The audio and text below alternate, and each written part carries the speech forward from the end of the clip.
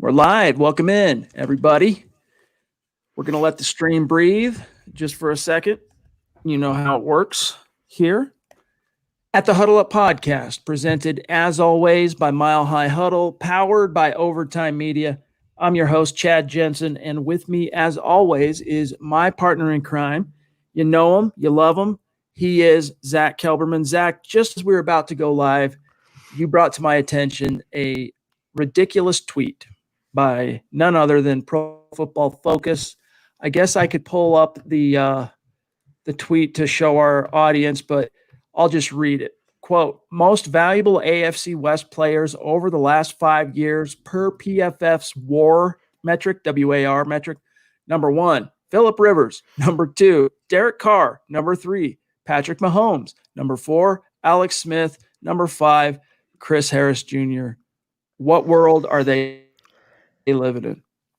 I don't know, but this is becoming the norm for Pro Football Focus, is putting out these obviously Broncos biased takes, these hot clicky takes. Let me ask you a question though. How is Rivers and Derek Carr, 1 and 2, but you leave off the 2016 Super Bowl MVP and Von Miller? How is Chris Harris Jr. on there and not Von Miller? How is Alex Smith on there and not Von Miller? But the thing that chaps my behind with this is Rivers and Carr. How many playoff wins combined can you think of? What is it, 1, 2 on the top of my head the last 5 years? Whereas Von carried that team because the defense carried the Broncos in 2015 all the way to the Super Bowl and took the Panthers down. Did the Chargers get a win under Rivers? I know they made the playoffs the same year the Broncos won the Super Bowl, 2015. But if we have to even think about this, though, right. They shouldn't even be ranked that high. Whereas Von Miller literally had a Hall of Fame type season in 2015, willing the Broncos to a title. And over the last 5 years, he has been the Broncos, and he has been an elite player. It's what are they watching, and why did they fall off so harshly the last couple years? Yeah, like you said, man, they went from being I think you said this on Monday Night Show, they went from being kind of a thinking man's side and analytics, metrics-based analysis, and now they're more hot take artists, or it's trending that way anyway. And then they hide behind these arbitrary stats like WAR. I don't want to bog down the podcast going into what WAR even means, but it's if your metric is telling you that those were the 5 most valuable players in the AFC West over that time period, obviously, you need to go back to the drawing board. Whatever values you're using to determine that WAR metric are quite flawed. So back to the drawing board, boys. Yeah, you know what I see? James came in here and said, I wouldn't say it's particularly egregious. It's a quarterback league. WAR is stacked to QB. A lot. PFF love Harris a lot more for some reason. If I understand the quarterback, it goes as the quarterback goes, then make it just a quarterback list. Make the AFC West quarterbacks and don't include non-quarterbacks like Chris Harris Jr.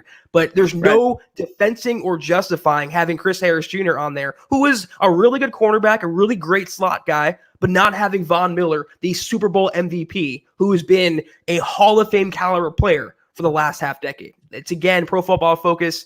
I don't know what they're watching with the Broncos, but it's the wrong narrative they're forming about them. Very bizarre. Very bizarre. Well, gang, tonight we are doing the Mile High Mailbag one night early because, unfortunately, I will not be with you tomorrow night. We had a death in the family, and very unfortunate on my wife's side of the family, and those services will be occurring tomorrow night. And so I won't be around. So Zack will hold down the fort. It's going to be all good.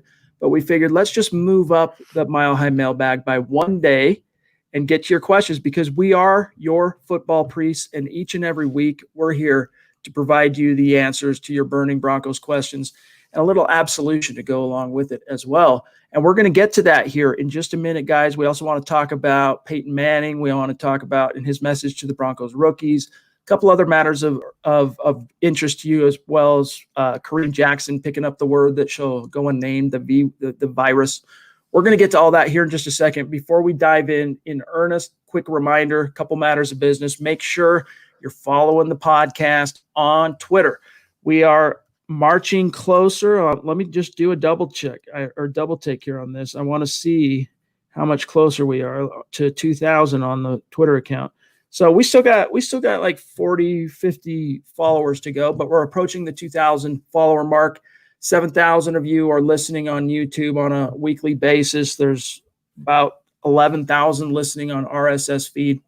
So migrate some of that over to Twitter, follow the pod, stay plugged into everything we're doing on a daily basis. And while you're at it, you're going to also want to make sure you're following the main account, Mile High Huddle, to ensure you do not miss any breaking Broncos news and analysis as it's unfolding in real time. And then you guys, if you're in a position, just a gentle reminder to check out the merch store, huddleuppod.com.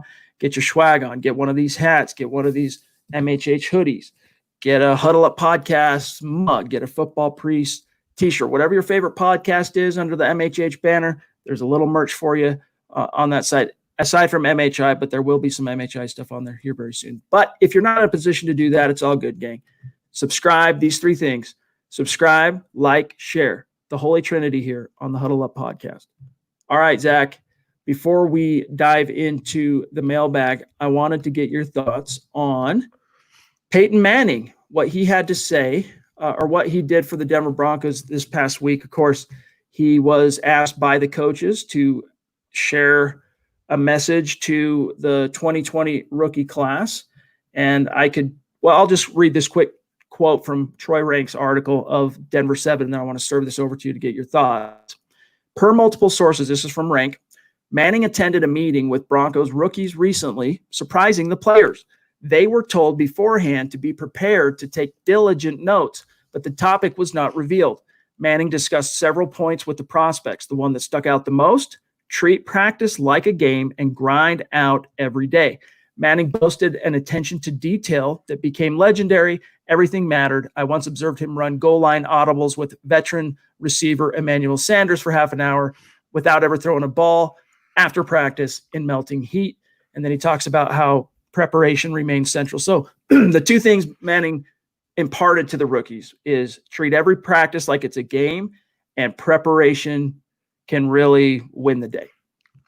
I just think it's so cool that the Broncos kind of have the dominion on Peyton Manning, where they can call him in to have him give a pep talk through Zoom. He's not doing that for any other organization that we know of. He's not really going back to the Colts and doing stuff like that. You can tell Denver is still very much a part of Peyton Manning. And I give the Broncos credit too, because I'm assuming they set this up to have a legend, to have a guy who had success in their own backyard now in Denver, who has been to the top of the football mountain, and to have them talk to them and impart knowledge that they cannot get anywhere else. And also for them, a non-biased voice. It's not a coach. It's not a former teammate. It's not a family member. It's a guy they really don't know in Peyton Manning, but they can still respect and look up to. And he's giving them some wise advice that can serve them in every single capacity for the rest of their careers.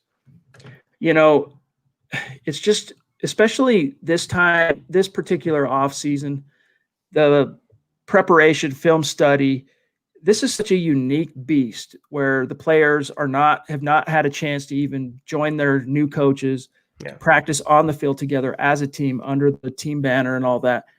It puts a premium on doing your homework, right? Taking more seriously the playbook in terms of mastering it as best you can before you're able to get out on the field. Film study. Peyton Manning, he exemplified that, because in that 4-year unprecedented reign in Denver that he had, I mean, his faculties were diminishing the day he signed that contract and became the Broncos quarterback. 4 surgeries on his neck. I mean, he was on borrowed time when it came to his NFL career. And as he was losing his physical wherewithal and his faculties, the one thing that allowed him to maintain for 3 of those 4 seasons MVP caliber quarterback play was the preparation. And I think it was Zach, it might have been his retirement presser, very choked up, very teary. He said, you know, during his playing career, there were quarterbacks that were physically more gifted than him, but no one was ever going to out prepare him. And I think just looking at his statistics, just looking at, you know, his accolades and the championships that he won, the value to that preparation and the diligence and to the cerebral aspects of the game and just committing to that, it hopefully spoke volumes to these young rookies who, you know, Peyton Manning is about as close to being the Michael Jordan of the NFL world Right. as there is. So I would assume that it was quite a influential, even though it was virtual, it was another virtual meeting for these young rookies. In an off season like this, where there, like you said, there's no practices, it's very unique in the sense it's all done virtually. It's all held with video conferences. They can't get on the field just yet. It's throwing them off their natural rhythm and what they've come to expect as in high school, as football players, as college and football players. But what Peyton Manning is saying, the overarching message is stay grinding, stay diligent, stay on top of your task, sharpen your sword, and you'll be okay. Just keep doing that no matter what. Even when times are trying, even when you don't feel like it's natural for you, stay on top of your game, and it will make you a better player. So again, the Broncos rookies and the Broncos as a team are fortunate they have someone they can bring in and someone they can lean on, like Peyton freaking Manning, of all people. Well said. We've got one of our Super Chat superstars jumping in to show some love. Very George. Generous super. Thank you, George. Really appreciate you, George. He says, been away for a bit due to work and feeling under the weather. Glad to be back in the saddle. Well, we're glad to have you back in the saddle, George. It's not the same when you're not in the chat stream, bro. So thank you so much for the support, as always, my friend. We really appreciate it. Speaking, Zach, of under the weather, Kareem Jackson is the latest Bronco to test positive for the C word that shall go unnamed on this live podcast.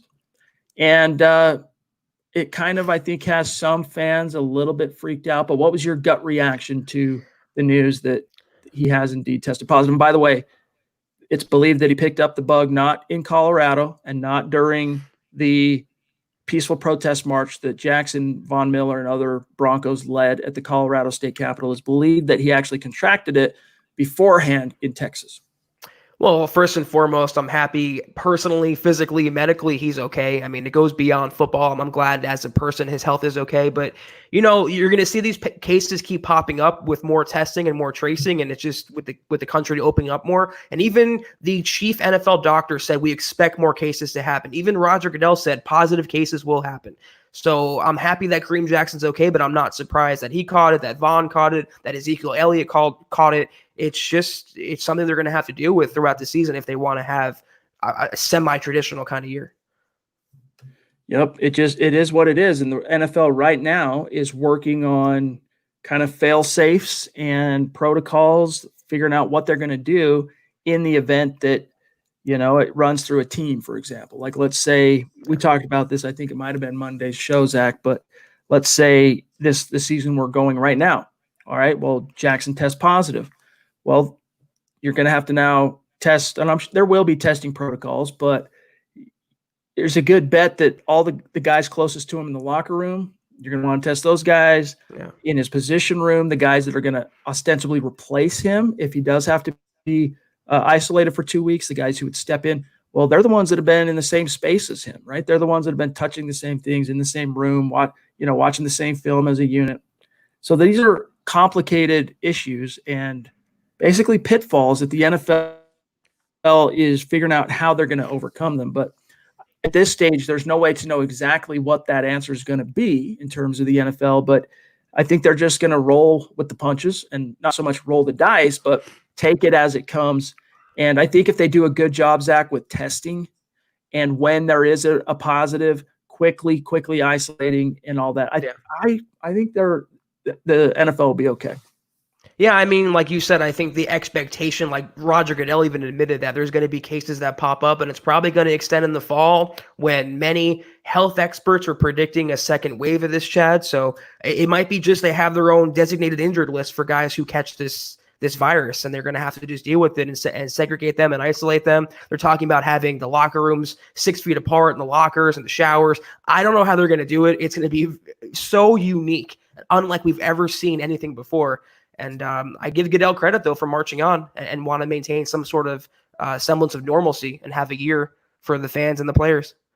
And maybe it turns out to be some kind of a scenario where for 1 year, they go back to the drawing board on practice squad and how many people, like you said, an IR list, grow the IR list a little bit in terms of how many people can be put on IR at the same time if it's the C word related, and maybe increase practice squad numbers and how many people can rotate on and off of the practice squad. Yeah. Like there are ways to get around it. The biggest thing is going to be, of course, the contingency of having enough players available who are competent enough to maintain the quality level of competition in the event that, you do have like a rash of it is a very contagious bug. So, if it strikes the same position room, if, just as an example, Vaughn gets it and then Chubb gets it. And then, you all of a sudden there's your top two gone. What if Jerry Itachu gets it? Now there's your top three. What do you do?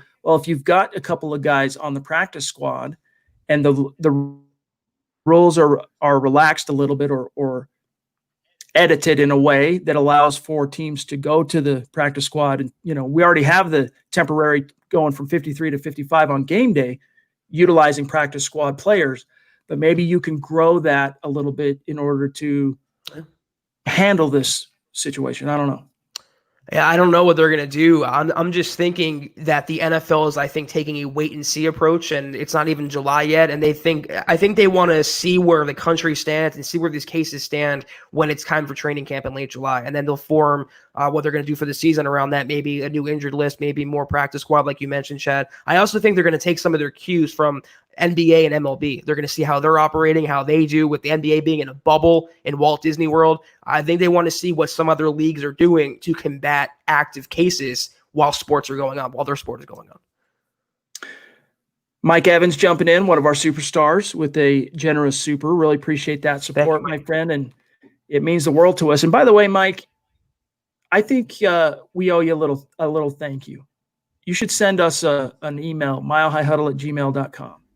And let us send you out a t-shirt or a hat or something to thank you for, your weekly support of the podcast. It's the least we can do to show our gratitude for your support, my friend. So take care of that when you get a second. But he says, on local sports radio this morning, the host made the statement that Von Miller wouldn't be here in 2021 due to salary. What do you think? Zach, the only way I could see that happening, the primary way I could see that happening is if there are no fans in the stands this year because of the word that shall go unnamed. Revenues plummet by almost 50%. The salary cap drops by 40%, and the Broncos come to him and say, Vaughn, we need you to roll with us on this. We need you to, take a pay cut I think that'll be at the final year of his deal. Yeah, 2021 is the final year of his deal. And he says, no, I'm not going to do that. But I don't think that's going to happen, Zach. No, and I've said this before, and I will keep saying this when it comes to Von Miller. His status with the organization is dependent on 2020. What he does this year, coming off one of the worst years of his career, what he does this season will determine whether the Broncos shell out another fat contract or maybe start thinking of parting ways and having Chubb be the new guy, the new veteran pass rushing elite guy there, and having Von kind of ride off in the sunset. If he goes back to pre-2019 form, which I think he will, the Broncos will want to keep him around. I don't know what it comes down to with the issue, if it impacts the Broncos, when it impacts the Broncos, but you saw it in baseball.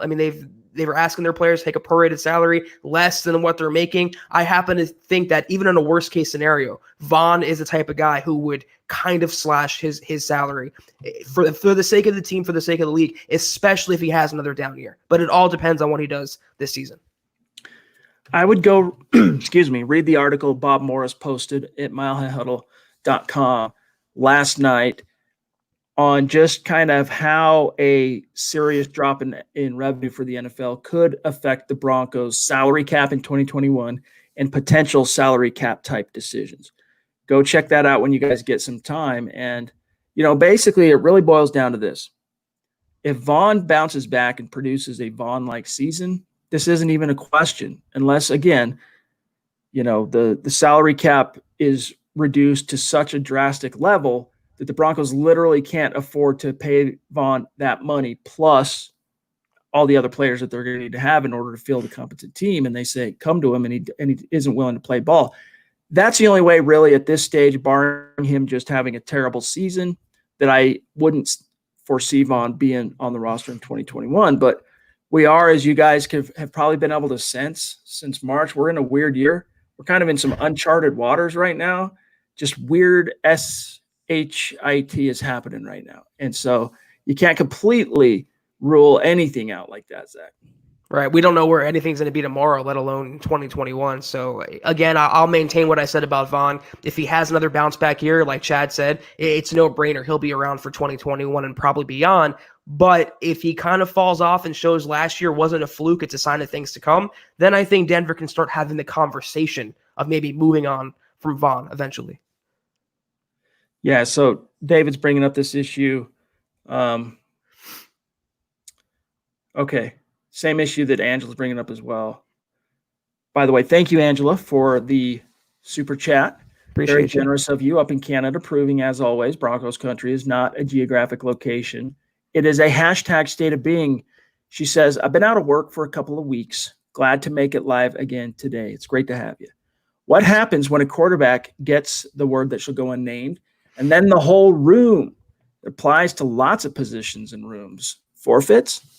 That's why, Zach, I think you need to be able to relax some of the comings and goings of the roster in terms of IR rules, practice squad numbers rules. They might have to really just get creative with that, because if a Drew Lock gets it, there's a good chance, well, not just a good chance. If Drew Lock gets it, that would have meant that Jeff Driscoll's been exposed. That would have meant that Brett Rippon's been exposed. Right. And whoever's on the roster, it doesn't really matter who you have on the practice squad, because they've all been in the same room together. Now, that's no guarantee that they're all going to get it, because human beings' immune systems all work differently. And, you know, the rate and the way and the means in which people get exposed is different as well. It's not equal. So it doesn't guarantee that everyone in the room would get it. But in the event that those stars aligned, the teams like the Broncos forfeiting once you're in season, that's just not going to be an option. So that's why they need to have relaxed rules, I think, with the IR and the practice squad this year, to where even if it means signing someone off the street and you're not having to get rid of someone else who's on IR because of the word that shall go unnamed, or whatever special designated injury list you create for the word that shall go unnamed, because it is a 2-week trip. If you come down with it, you have to be isolated for 2 weeks, Zach. Yeah, I honestly don't know what the NFL is going to do. It opens up so many Pandora's boxes that they didn't even think about exploring until this season, and kind of on the fly and as things have gone along.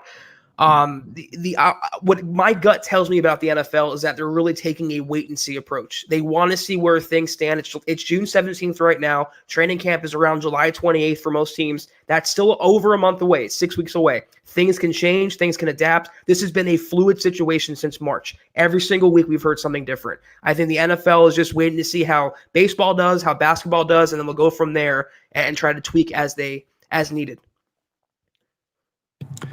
Yep. But the NFL is going to move mountains to have the season. Yeah, it's happening. Believe that. It's going to happen. And they'll get criticized for it, especially if they do it in the traditional way where teams are traveling across the country to play each other. And they break with the way the NBA is doing it, where the teams basically stay in one location the entire time. The NFL is going to do it their way. They'll get criticized for it. But just like they were criticized in March for holding free agency, and just like they were criticized for holding the draft, they'll do it. And then in retrospect, people will credit them for, making it happen. Because, guys, I don't know if you've turned on your TV lately. America needs sports back, and America needs the NFL back. So, yeah, honestly, it would be a service to the country. It would be a service to humanity to have the game back. So let's grab Derek jumping in with a $5 super. Really appreciate you, my friend. He says, great to see you guys. Keep the content going. We will. That we shall do, Derek. Always. That we shall do. Charlie, what are you talking about? Charlie wants to know on YouTube, what are they doing with the stadium? Oh, you're responding to somebody else. I think I saw that earlier. Hold up. Let me grab it. Mile High Beauty. Did you guys see what the Broncos are doing with the stadium? Outside of the new partnerships they struck with FanDuel and what's the other one? I can't remember the name of this other one. Hold on. Betfred USA. I'm not sure what you're speaking of there about the stadium, but feel free to elucidate on that. Two sleepers from Vinny J. Two sleeper stars to emerge in 2020. Tim Patrick and Draymond Jones. Thoughts? Do you see 81? That's Tim Patrick, right? Yeah, 81. Yeah. Wait, is it? Yeah, it is. And Draymond Jones, what do you think on that? Draymond Jones is a bigger sleeper to me than Tim Patrick because Draymond Jones has a clearer path to playing time, whereas Tim Patrick is buried behind Jerry Jeudy, KJ Hamler, Cortland Sutton, and it might even be Deshaun Hamilton. So he has a long road to hoe before he gets on the field. Whereas Draymond Jones, he's the logical successor to Shelby Harris. He's probably going to take over eventually when Jarrell Casey's out of the picture. He's the next guy, and I think he's a bigger sleeper player on the defensive line just by the basis alone of having more snaps than Tim Patrick will. Significant, meaningful snaps. Yeah, and he also has the upside, not just the opportunity in terms of the exposure to the game, like, actual game snaps like Zach's alluding to, but Draymond Jones has the potential to be a very productive pass rusher from the inside. He needs to also focus on the other aspects of his game in order to stay on the field, becoming a good run-supporting defensive end, run-stuffing defensive end, but definitely of those two, I would pick Draymond as more of the more feasible, realistic potential sleepers. Patrick, there's a good chance Patrick doesn't even make this roster. I'm not saying that's going to happen. That's not a bold prediction. But look, he's got an uphill climb, man. It's a stacked position for the Denver Broncos right now, wide receiver. Let's count the ways. Cortland Sutton, Jerry Jeudy, KJ Hamler, Deshaun Hamilton. What do those four guys have in common? They're all recent John Elway draft picks. Then you get Tim Patrick at number 5. Then you get a couple more former John Elway draft picks in Juwan Winfrey, a 6th rounder from 2019, and Tyree Cleveland, a 2020 7th round pick. Then you got a guy like Fred Brown who found a way inexplicably to make this roster last year, Zach, and see snaps during the regular season. And then you got Deontay Spencer, who made the roster and had a Pro Bowl alternate caliber season as a returner. So that's what I mean by Tim Patrick. Like, it could have the type of effect, Zach, where, he takes it as a shot across the bow and it motivates him and he rises up. But I think we've already seen kind of the peak of what you're ever going to see from Tim Patrick, at least in the orange and blue. And I don't say that to sell him short. Utes is my alma mater. I root for the Utes when they get to the NFL, no matter where they go, okay? But I think Tim Patrick, his best case scenario this year, Zach, is Cortland Sutton's backup at the X receiver. Yeah, that's perfectly said. And I was going to say, adding on to that point, Draymond Jones is a better pass rusher than Tim Patrick is a wide receiver. They're apples and oranges, but one has way higher of a ceiling, way higher of an upside, and one is kind of limited. And I think, like you said, he's a great number 4 guy to have, but I think he'll always be just that. Truly best case scenario, a number 3 guy. But number 4, that's where his ceiling kind of lies. Whereas Draymond Jones, he has starting caliber potential. All right. Before we get to Jeff's question here, let me pull up Phillip Lindsay's Twitter, because this did catch my attention. Jeff and I had a brief exchange. I don't think whoa, where did it go? Oh, there it is. Here's what Phillip Lindsay said on Twitter that Jeff is talking about. Then we'll grab Jeff's actual. Okay, so this came in on June 16th. So this was yesterday. Phillip Lindsay, Denver Broncos Pro Bowl running back, said, quote, "I'll tell you this, things always look sweet on paper." Then he has the hashtag "we gonna see." So we've got. I like this, Lindsay. I said on Twitter yesterday, Zach, that I have my suspicions about what it might mean. Jeff's wondering here, and thank you for the super, Jeff. He says, "Sorry if you touched on this. What do you think Lindsay meant by looks good on paper? We gonna see." Zach, why don't you start us off on this one? I mean, you can easily read between the lines and assume he's talking about Melvin Gordon, the guy who took his job and the guy he's competing against now, but maybe he's talking about the Broncos overall. Maybe he's talking about a different team. I mean, this is a subtweet to end all subtweets, and this is so unlike Phillip Lindsay. So based on that and everything he said this offseason, Chad, you can tell he is really pissed off about the Melvin Gordon signing. He'll never admit it. He'll never publicly come out and say that, but it really did ruffle his feathers. And again, rightly so. I mean, he feels like he's done enough. He's not getting a contract, but they can give an outside guy $16 million. I happen to think it's a little bit of a A little bit of a subtweet toward his new teammate, but it could be something else. It could be, and it could be our own confirmation bias and our own feelings on the issue. But I'd be lying to you if I didn't admit that was my first inclination as well.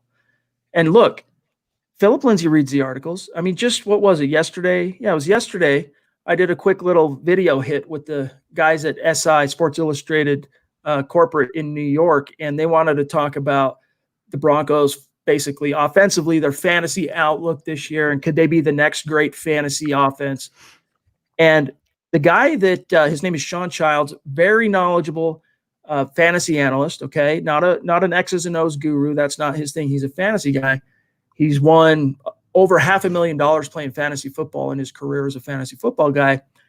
You know, they consider him like a savant when it comes to numbers and projections. He created his own projections for the Denver Broncos offense, and he's done it. He does it every year for every single team. He's got Melvin Gordon being the bell cow, 900 yards rushing. He's not the only one on the national level that's looking at this situation and simply following the money. They're going, look, 16 million, 13 and a half guaranteed. Obviously, the Broncos made a decision to add Melvin Gordon to a situation that must mean that they're gonna play him. He's gonna play. But again, for those of you, I'm talking to the national people. It's one thing from 10,000 feet to be able to look at this situation and go, oh, we'll follow the money. It's Melvin Gordon, also a former first-round pick, also a two-time Pro Bowler. That's really easy to do. But those of us that are covering this local situation on the day-to-day, we see what Phillip Lindsay is made of. Those scales have already been pulled off our eyes. It's unquestionable. No running back ever that has crossed paths with Phillip Lindsay has been able to keep him off the field as the dude. Is Melvin Gordon suddenly that one running back that's going to be? I mean, the Broncos tried to strong arm the offense with Royce Freeman. Remember the third-round pick in 2018? He was supposed to be the guy. Lindsay didn't let that happen, just like he's not going to let it happen with Gordon. Perfectly said. Yeah, he's really come out and really changed his ways. He went from being kind of a meek, passive, great teammate, great guy, but he wasn't one to rabble-rouse. Whereas this offseason, following the addition of Melvin Gordon, he's come out and said it bothered him. I saw a comment that said he already said he was pissed about it. No, he expressed disappointment. He expressed a little bit of anger, but he didn't trash the signing like what that tweet implies like he's doing, Chad. And he's been out there also with Drew Lock in those pass-catching drills, out in the park with Lock, out in the park with his teammates, and guess who's not there? Melvin Gordon. So he's looking at that and he's thinking to himself, okay, he's not there. I'm here. I'm doing my thing. I know what I'm capable of. I have motivation. I'm pissed about it. And we wouldn't have seen this Lindsay tweet a year ago. He wouldn't have tweeted about this, about Devontae Booker this way, Royce Freeman this way. This is all a Melvin Gordon-led tweet. And I love it. I love the new Phillip Lindsay. That's just how we see it. We share a brain on that. And again, you know, the Broncos might try to the Broncos will try to strong arm this one way or another because they want to return on that investment, right? I mean, $8 million per year. And it's not like Melvin Gordon. It was a, scraping the bottom of the barrel clearance sale situation where he stuck around on the market for a couple of 2-3 weeks. And they're like, well, hey, he's still out there. Let's offer him a pittance. And then, he can come in and make, no, dude, this was a guy that they paid top of the market type money to bring him in. They want to see him on the field. They're going to try and make that happen. Will Lindsay let that happen? That's where we're saying we don't think that's the way it's going to shake out. It's going to be fun to see, though, how sorry, I want to grab Clay real quick, Buana, or else I'm going to forget. I don't want to ignore the Facebook peeps. Clay says, sorry for your loss, Chad. Thank you. I don't get why Drew is so hard to sack like Deshaun Watson is sacked more, and we both had about the same offensive line. And Deshaun is quite a bit faster. Can you explain it? I think one of the explanations for that, Zach, is, first of all, he's played more games. That's one. Who, Watson? Yeah, he played a full season, whereas Locke played 5 games, so obviously he's going to be sacked more. That's true. But I think part of it is that Locke's decision-making was a lot quicker and more on point than people realized. And I also think it means that his offensive line wasn't anywhere near the S show that Joe Flacco made them look like the first half of the season. Yeah, and I was going to say also, Deshaun Watson's offensive line was downright freaking terrible at times. I mean, they gave him no chance. He would drop back in a 3-step drop and just be mauled instantaneously. Drew Lock, he raised all ships around him, to quote you, Chad. He made even Garrett Bowles look semi-competent. That's a huge feat. He's mobile. He just brought more energy to the team, whereas as you felt with the Texans last year, there was so much acrimony with Bill O'Brien, the way the offense played out. But at times, I disagree. The Houston offensive line was horrendous. Yeah. All right, Juan, sorry to step on you there, my friend. Here's Christian showing some love on Super Chat, one of our superstars. Thank you, Good to see Christian. you back in the stream, bro. He says, sorry, I've missed the last few pods. Been busy with my lifeguard training. Oh, cool. Awesome. Cool, man. That was a job that I know as a kid. When I was a child, that was one of my dream jobs. I wanted to be a lifeguard. I thought they were the coolest. Start my course this weekend. Well, congrats. Again, excited for the season. Yeah, we're all chomping at the bit to get this season here as quickly as possible, but we're still a solid 6 weeks out. But as disheartening as that might seem on the surface, just think about this. I mean, the beginning of May was 6 weeks ago, and that was 2 weeks after the draft. Well, week after the draft, sorry. Doesn't seem like it was that long ago, but that's how quickly time can fly. Yeah, it's true. And you know what, Christian, and congratulations on that and good luck with that. Let us know how you're doing as you advance through that course and through your lifeguard career. It's awesome. Oh, no, here he is in the house, Mark Langley, bona fide superstar. We have, in fact, Mark and I right now, we are wearing the exact same outfit in his profile pic. Twinning. The football priest hat, the Mile High Huddle State of Being hoodie. We're like stepbrothers. He says, well, Zach, when the septic guy was here, I asked his name. He said, Garrett Flusher. I said, no joke. Well, I said, you can't flush a turd without a toilet. Every time.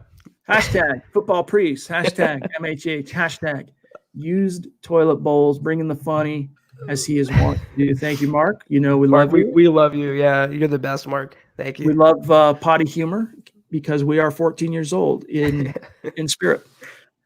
David, bona fide superstar. Appreciate you, my friend. As always, so generous on Super. He says, Mile High, salute to you both. Sorry for your loss, Chad. Prayers to your family. I really do appreciate that.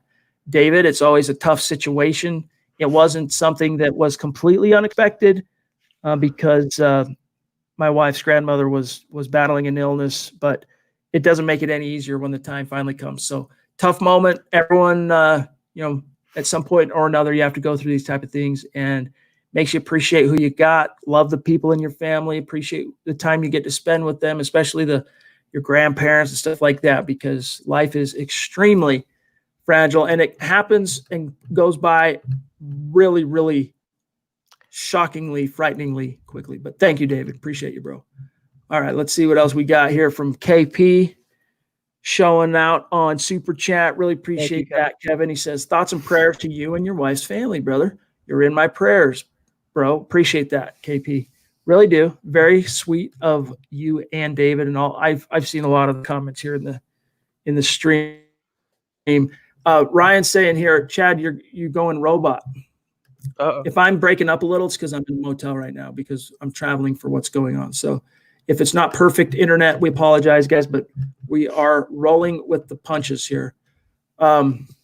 Nick, our friend Pickle Nick, is on Twitter, and he wants to know, hey, fellas, thanks for the content while at work. I'm looking for a lot of improvement in Devontae Bosby.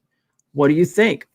Zach, it is my theory that when Vic Fangio mentioned that he's got his eye on two of these young corners that he expects to take a big step forward in 2020, I think Bosby is one of the two that he was thinking of. Yeah. I think the other one, if push came to shove, I'd probably say I think the other one that he's thinking of is Isaac Yiadom, but I'm really high on Bosby, dude. Bosby was, before he had that neck injury, dude, he came in week 3, finally supplanted. They benched Isaac Yiadom, and he came in and broke up 2 Aaron Rodgers passes on 3rd down. Did it twice. And played really well in the Jacksonville game as well. Then he gets to LA and suffers that injury relatively early in the game, and the rest is history. So I think because of he's spent 3 years soaking up the scheme at different points of Vic Fangio. So long as he stays healthy, I think Bosby's a guy that, it's going to be a battle between him and Michael Ojemudia for that number 2 outside the boundary slot, I think, Zach. You know what? What's impressive about Bosby as well is he came straight from the AAF. He had no break in between seasons. He comes to Denver. He really starts in a Vic Fangio defense. He was a starting, really high caliber player last year in this Fangio, Ed Donatel pass defense. So I like him a lot, and I think he will start this season on the boundary opposite Boye with Bryce Callahan in the slot. Real quick, we get this question every once in a blue moon. From Newton York on Facebook, wants to know, how do I donate? Just on Facebook Live. To our great audience on Facebook and Periscope. Twitch, I still don't even understand how it works. We got great listeners like Black Knight that tries to help me understand it. But as far as Facebook, here's the bottom line. If you want to become a Super Chat superstar, we're never going to ask you to donate money. If you choose to do that, we obviously do appreciate it, all of our superstars, but it has to be done you can only do it while you're watching the show live on YouTube. So you have to cruise over to YouTube, open it up, search Mile High Huddle, subscribe, find the chat stream. It's every weeknight at 6 p.m. basically local time, 8 p.m. Eastern. And that's the only way you do it. It's pretty easy, actually. All right, what do we got next, Buana? Oh, do that again. My bad. Well, let's grab Christy. No, we'll grab JJ. We'll get to Christy 1 second. All right. Really, haven't seen you for a while, Jordan. It's good to see you, my friend. Generous as always when you're in the stream. Really appreciate it. Rocking the MHH hat. Actually, Jordan is wearing an extremely rare MHH hat. There are only a few of them made, and we gave them out to our awesome listeners who won the Apple Podcast giveaways over the last calendar year. JJ was one of them. Appreciate you, Jordan. He says, I've been busy with work, but always listen to the show. Glad to be back in the huddle. We're glad to see you. We're glad to see you, my friend. As Lance said, missed you. Stu, from on high, condescending down through the clouds from MHH Mount Rushmore. Appreciate you. As always, Stu, so generous, so outgoing. Yeah. I forgot to send you our information so that you could, for the airplane thing, we'll fix that as soon as possible. Just bear with me. We'll get you some info. Kind of been a little bit of a whirlwind at Clan Jensen House the last week or so. So just bear with us on that. Yeah, thank you though, Stu. You're always so generous, and we appreciate you. Mark jumping back in with another generous super. Appreciate you, bro. He said, breaking news. Garrett addressed the Denver media saying that I'm a complete failure and I'm trying my damnedest to get there. Reporter replied back and said, Garrett, you have 72 flushes.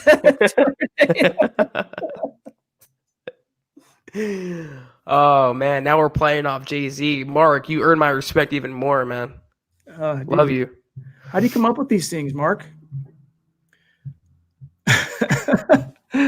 All right, Terry, appreciate the super chat. As always, my friend, up in Canada. And by the way, I just realized, Terry, Sunday night you had the question about Pat Shurmur's one-on-one on Broncos TV, and we said we would get to that first thing Monday, and then we spaced it. I have since gone back, and we can now talk about that with some authority here. But Terry says, just showing some love.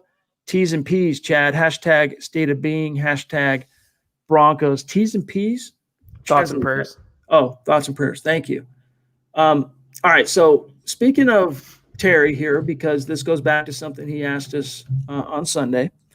Though, let me tell you the one thing that jumped out to me, that whole conversation that Shurmur had with, what's her name? I just forgot her name. Alexis Perry. The only thing that really, there's only one thing that really jumped out to me is substantive, and that is this quote. Zach, here's what he said. Speaking about Drew Lock, quote, Drew is into it. Drew has a lot of enthusiasm, and I can see why the players are going to relate to him extremely well as we move forward. I think he's got good football sense. He understands concepts. So when you talk about it, even though you're not watching him do it, you can watch the film and say, what would you do here based on this look? What is this look? Is it corner cushion, safety rotation, linebacker location? All the things that you need to see and talk about, he can talk about with great comfort. So that's the starting point, close quote. So what jumped out to me is he can see Shurmur just in his virtual and phone calls and the virtual meetings he has with Locke. He can understand his magnetism and why players are drawn to him. But it goes beyond just being the joy boy, Brett Favre-esque, love of the game, just out there on the grass having a blast. He also has a very serious football mind. And as Shurmur said, Drew Lock has got good football sense.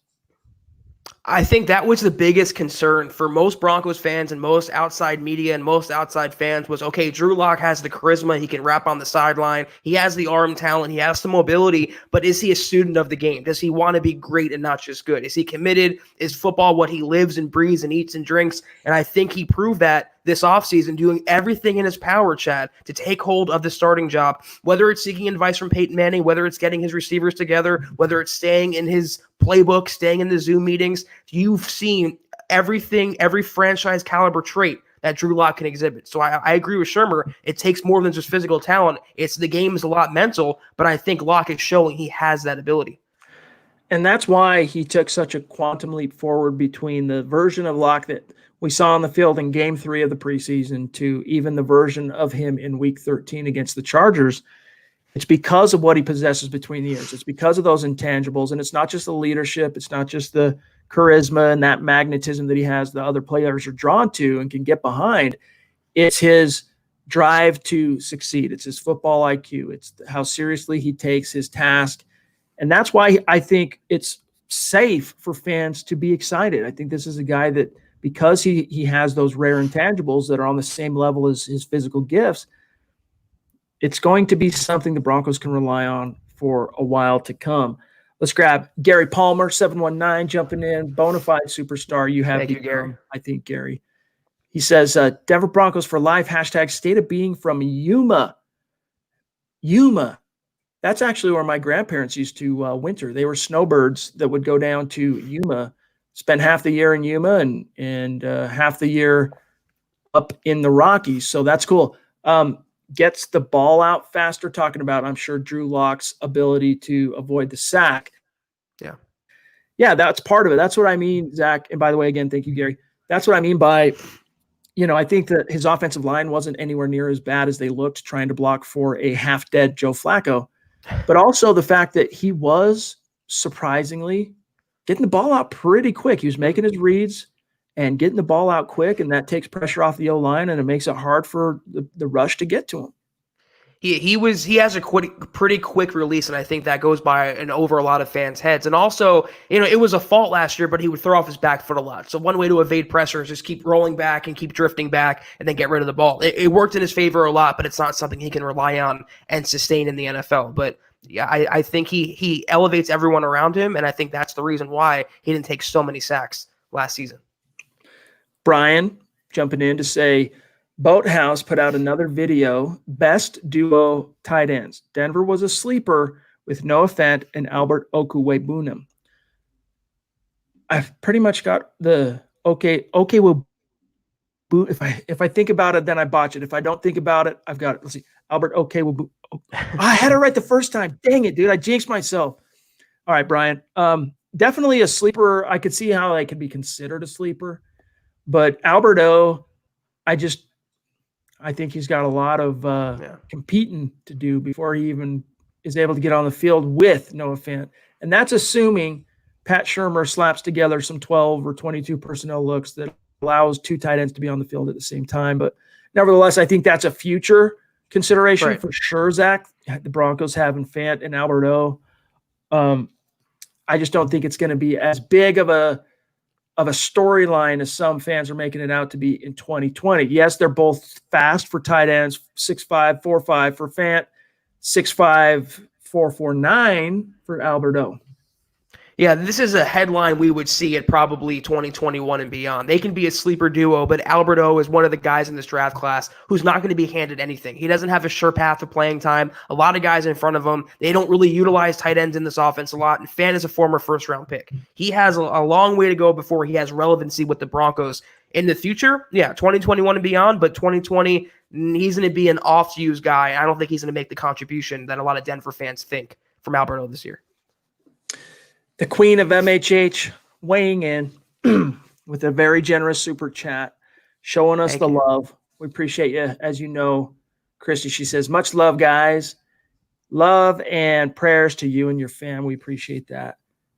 Thanks, Christy. As always, it means the world to us, and you know that. And as Stu is reminding everybody, hit the like button.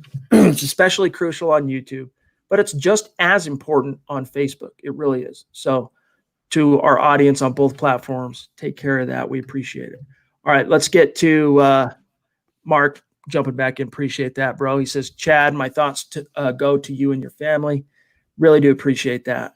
Yeah, it's just the tudes of life, Zach. Sometimes we got to roll with the punches, and it's you hate it. You hate when these moments happen, but you just got to support each other and get through it. What can you say?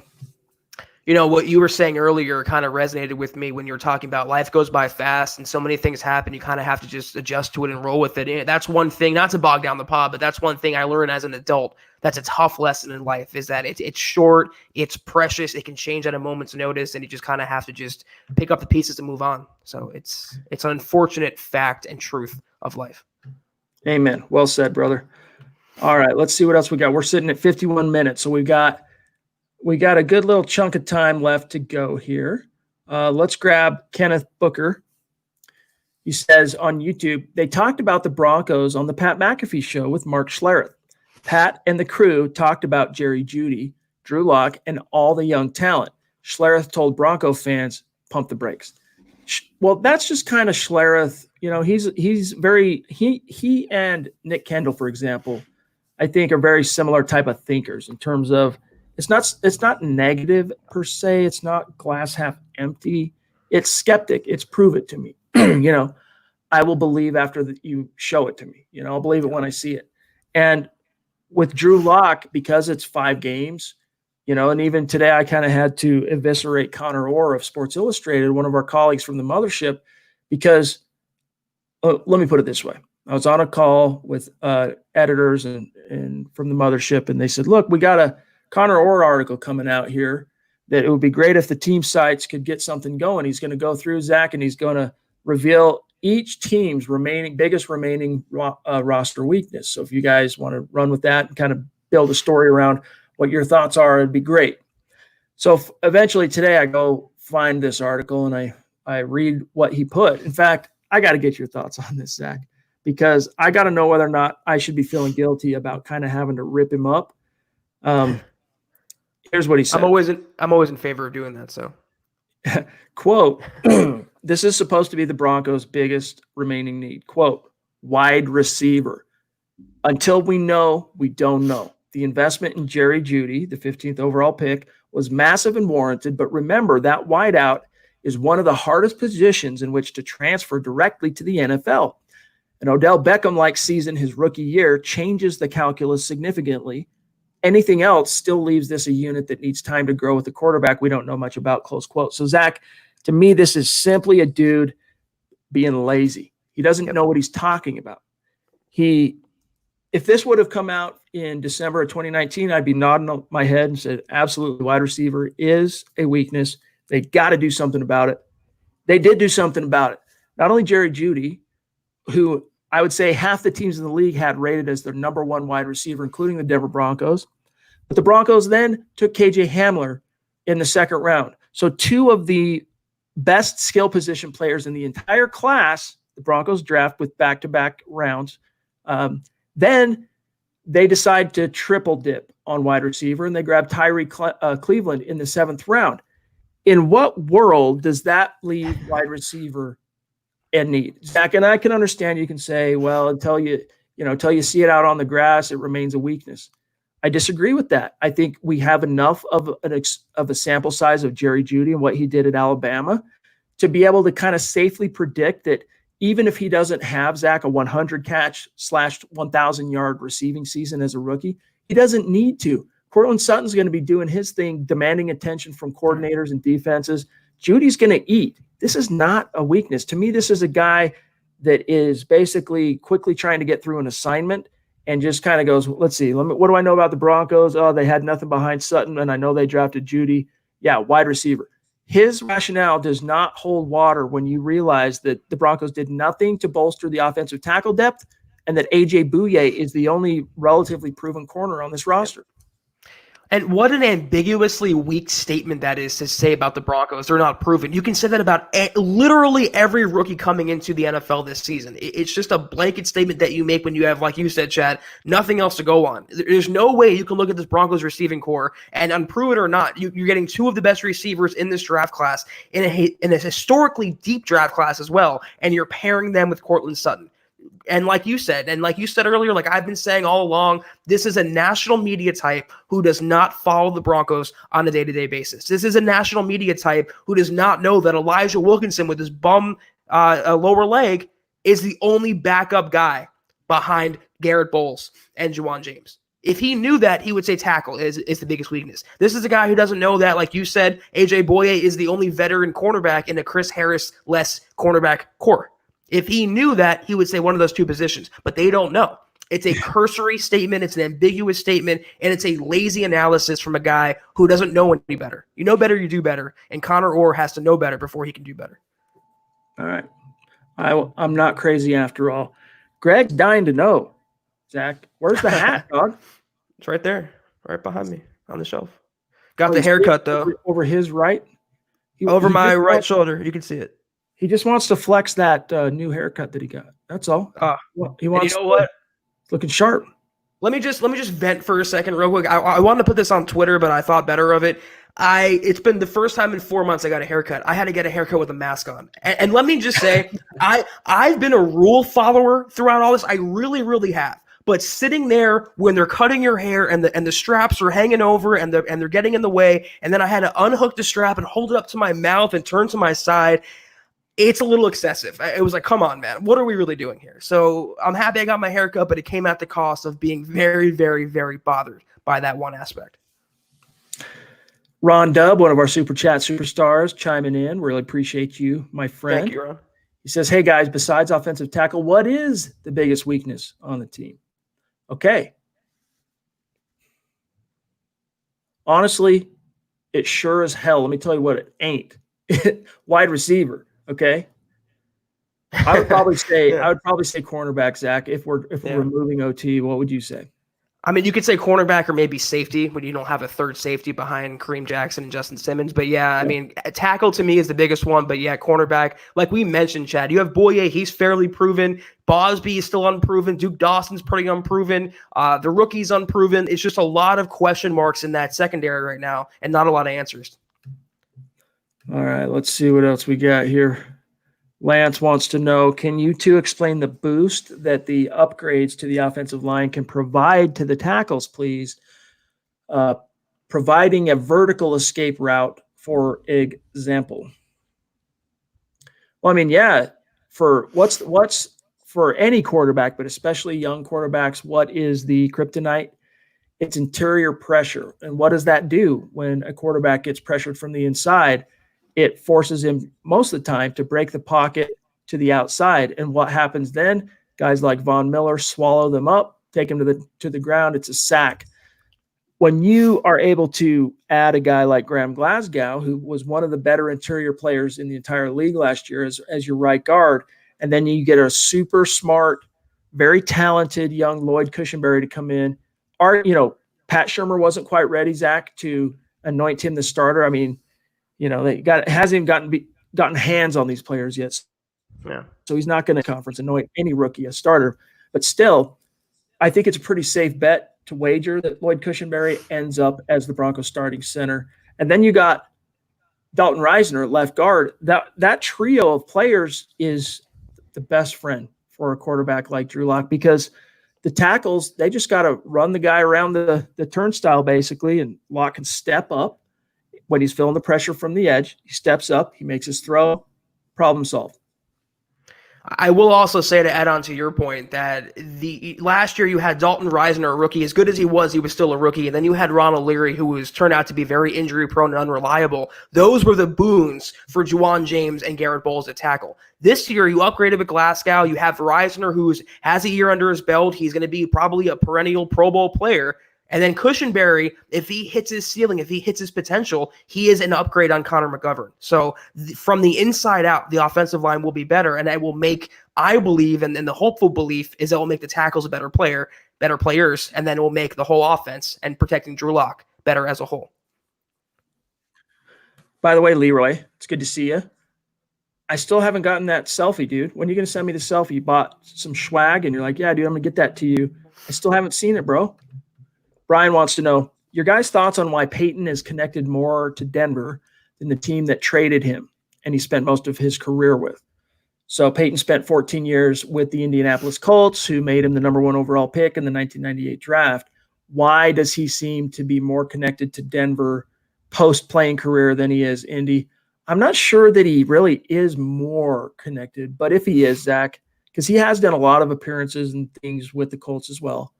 But if he is, it might have a little something to do with the fact that he maintains his primary residence in Denver, and the fact that you've got the recency bias aspect of it in terms of, that's where he achieved some pretty great things with the Broncos. Basically, what he accomplished in 14 years in Indy, he accomplished in 4 in Denver. Yeah, he went off winning a title. He went off and rode into the sunset as a Super Bowl champion. So that's why I think, like you said, recency bias, that's what's freshest in his mind. And also, you consider how many Colts fans became Broncos fans when Peyton signed in Denver. So I think he realizes he has a bigger fan base. It's more of a bigger market team as well. He's all about marketing himself, as we've seen, and I think Denver allows him that opportunity. And also, he wasn't competing with not competing, but kind of being compared to another Hall of Fame quarterback in Indianapolis as he was in Denver with John Elway. His legacy is cemented here, and I just think it leaves a bigger impression on him going into his retirement. I think there's also something to be said. This isn't me trying to, create a boogeyman or something out of nothing, but Peyton Manning's a guy who takes things very seriously. And I think the fact that the Colts cut him, still smarts, still burns, still bothers him. Now, when he gets the phone call, hey, we're doing a, Super Bowl, whatever that one was, 06 when they beat the Bears when he got his first ring. We're doing a reunion. We want to celebrate at halftime, that team, blah, blah, blah. Can you come out? He's going to come out. He's going to show up for those things. But I still think that he probably holds on to that a little bit in terms of Jim Irsay making that final decision to move on from him following that 2011 season. So I don't know. Well, I don't want to play armchair psychologist for one of the all-time greats like Peyton Manning, but it wouldn't surprise me if that might have a little something to do with it. Let's grab KP here's a $5 super. Thanks, my friend. He says, the number one reason why I watch the show is because y'all do your homework. I don't understand how these other dudes just pull things out of the air with no basis or facts. Well, it's very kind of you to say, The thing is, you got to remember, for us, we live and breathe this all day long. This is what we do, and you can say that about a lot of, radio guys or, other beat people, guys that are working and gals that are working beat or whatever. But radio guys in particular, though, they work their 3 hours and then they just do, a lot of guys that I know, it's not an around the clock thing. Guys like Zach and I, because we came up in the digital space, we came up in the digital side of this business.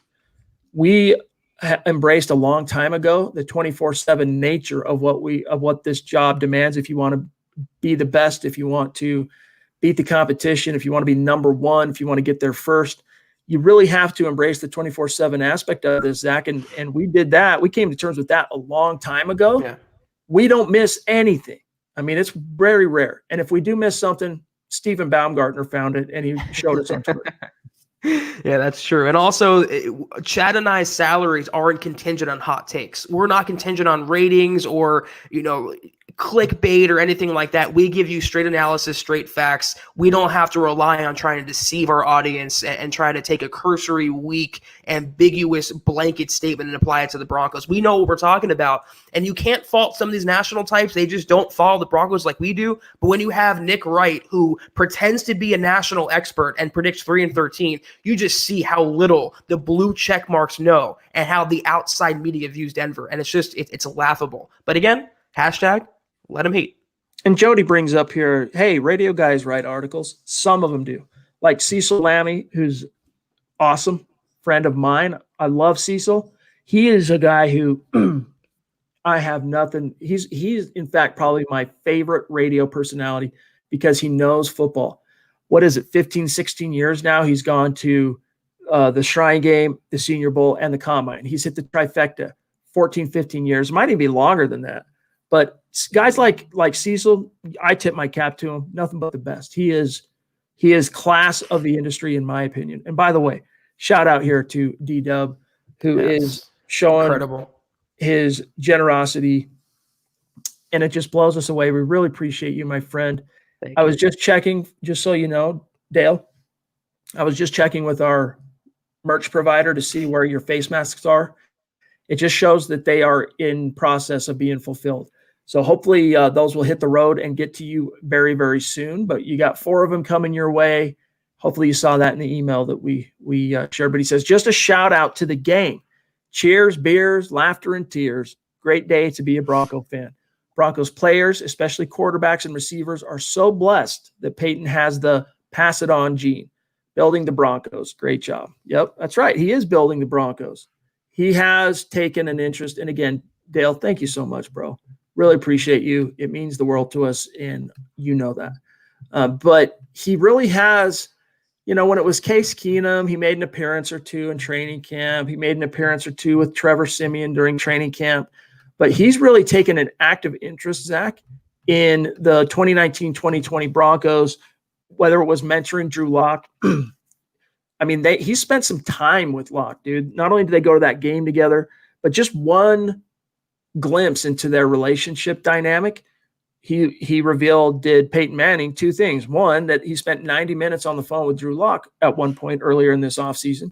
And 2, he was the guy that broke the news that Drew Lock had his wisdom teeth taken out. Like that's how kind of close they become, I guess you could say. So, and then of course, coming in like this and really spending some time to help the rookies understand, young guys, you're always going to worry about how seriously they take studying and things like that. And Peyton Manning comes in and helps them understand why you got to put study habits and on all that on a pedestal. Preparation is key. I said it at the top of the show. The Broncos are so fortunate to have Peyton Manning as a sounding board and Peyton Manning as a sage and Peyton Manning as an advice giver. No other NFL team has these services of, I think, you can debate the GOATs. I mean, he's definitely, if not the first GOAT, the second GOAT behind Tom Brady. I mean, to have that guy to be at your disposal, come in and take a natural, genuine interest in the team. Not just because he's forced to, he's getting paid to, it's a photo op. He wants to be out there. And the Broncos have that advantage. And it does mean something when it imparts that advice to the young, impressionable rookie players. By the way, Jody, Sandy Clough is the man. OG. He is one of those guys that lives it, breathes it. I mean, this is a guy that knows, his command and grasp of even the most obscure statistics, hockey, baseball, football. Sandy Clough is a true OG and from, I don't want to call it necessarily a dying breed, but he's a great example to everybody in the media business, obviously, especially radio. Do I agree with every take that he has? No, but he is a guy that I absolutely respect to the utmost. But guys, we're out of time for tonight. Dale's saying real quick, after his retirement from Peyton, the road probably got a little wide as there were so many paths he could have taken. He's more settled now. Yeah, I would agree with that. But guys, we got to get out of here for tonight, as our awesome friend Buana mentions here. We're going to be back tomorrow. I say we in the royal sense, the royal we. Zach will be back with you tomorrow night. I will be handling some family business that has to get taken care of, but I'll be back before you know it. So Zach will hold down the fort. Same time as always tomorrow night. We'll have to see what the topics are about with what Thursday presents for everybody. But stay tuned for that. Go to huddleuppod.com, get your swag on. Keep the conversation going, you guys, at milehighhuddle.com. Articles, videos, community, discussion. Go there. Help us make that even bigger and better than it is now. And also, guys, help us get to 2K on Twitter with the Huddle Up Podcast. I mean, our listening audience is almost 10 times what our Twitter following is, which tells me, Zach, that not as many people are on Twitter as you might think in terms of, it's not as a commonly used social media as probably Facebook, Instagram, and YouTube are.